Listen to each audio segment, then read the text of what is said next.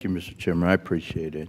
And thanks for deferring to us and reserving your time. I really appreciate that very much. And I also appreciate the testimony today. I have I have a question for the general with regard to the GI Bill and the housing allowance. I understand that the current law is that you have to go to a brick and mortar school maybe full-time, you can correct me if I'm wrong, to get the housing allowance. Now, there are a lot of veterans, some who are disabled and aren't able to take classes at a brick and mortar, or let's say it's very inconvenient for them to get to a brick and mortar school, or it interferes with their work schedule. But there are now, you know, of course we cracked down on the fly-by-night schools, but now we have a lot of online schools. Of course, the brick and mortar schools, most of them offer online as well. So very credible online schools. Are there any exceptions that we can make for a disabled veteran, or one that, you know, if you have PTS or what have you, and you'd like to get your education at home and still receive the housing allowance? Are there any exceptions that can be made, or do we need to change the law?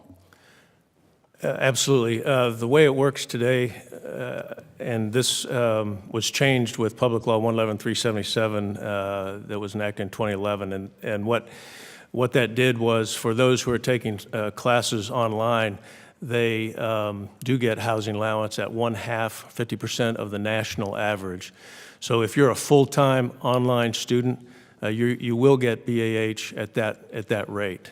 And now, if you take some of your classes by correspondence or online and take some in residence, then your housing allowance would be based on the school zip code, the facility code that you're going to. So it would if you be take more. Half of your courses, it would be more than you would get the full allowance.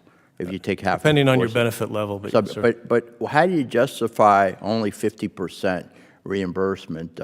You know, where they still have to pay if the housing allowance is to pay for your mortgage, what have you, or your bills, because you aren't able to work full time, what have you. Why not get the full allowance? To increase that would require legislation, sir. Okay. All right. Thank you very much. The next question is for Mr. Martin. I hope I pronounced that right. And I'm very familiar with charters, infrastructure, being from the state of Florida, and I know y'all do a lot of good in the community and help veterans. Your investments, coupled with nearly 12,000 veterans who make up your workforce, help local economies and tie you to communities you serve. And I want to thank Mr. Pinsky as well, again, for hiring our true heroes.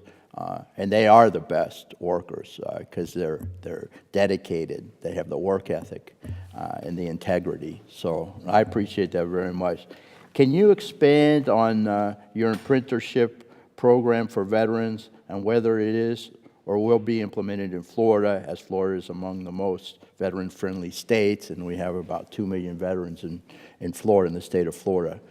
Sir, can you expand on that, on the apprenticeship program?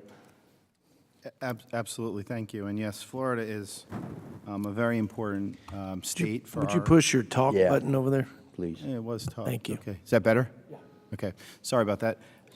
Thank you.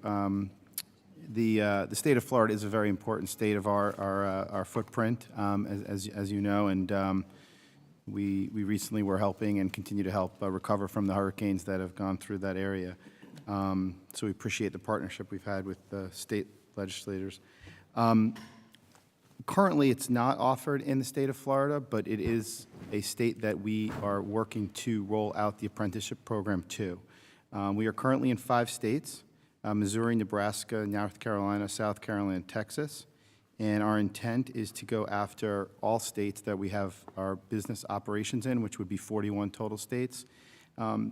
Some of the states that we're going to go after require us to have National Department of Labor certification, and some states are going to require individual state-by-state applications and processes. So Florida is absolutely in our our focus area and will be part of where we'll go next.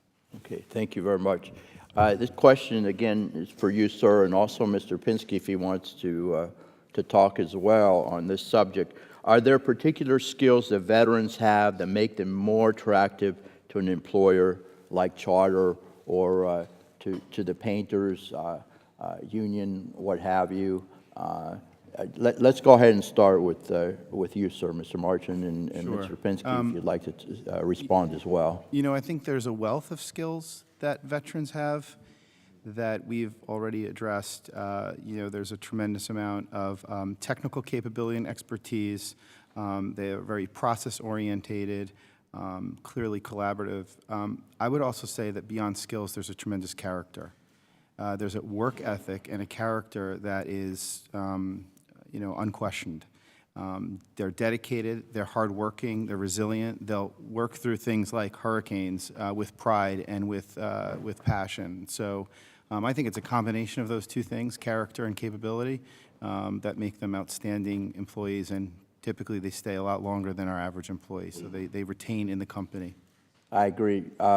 Well, my time has expired, but Mr. Pinsky, can you briefly address that?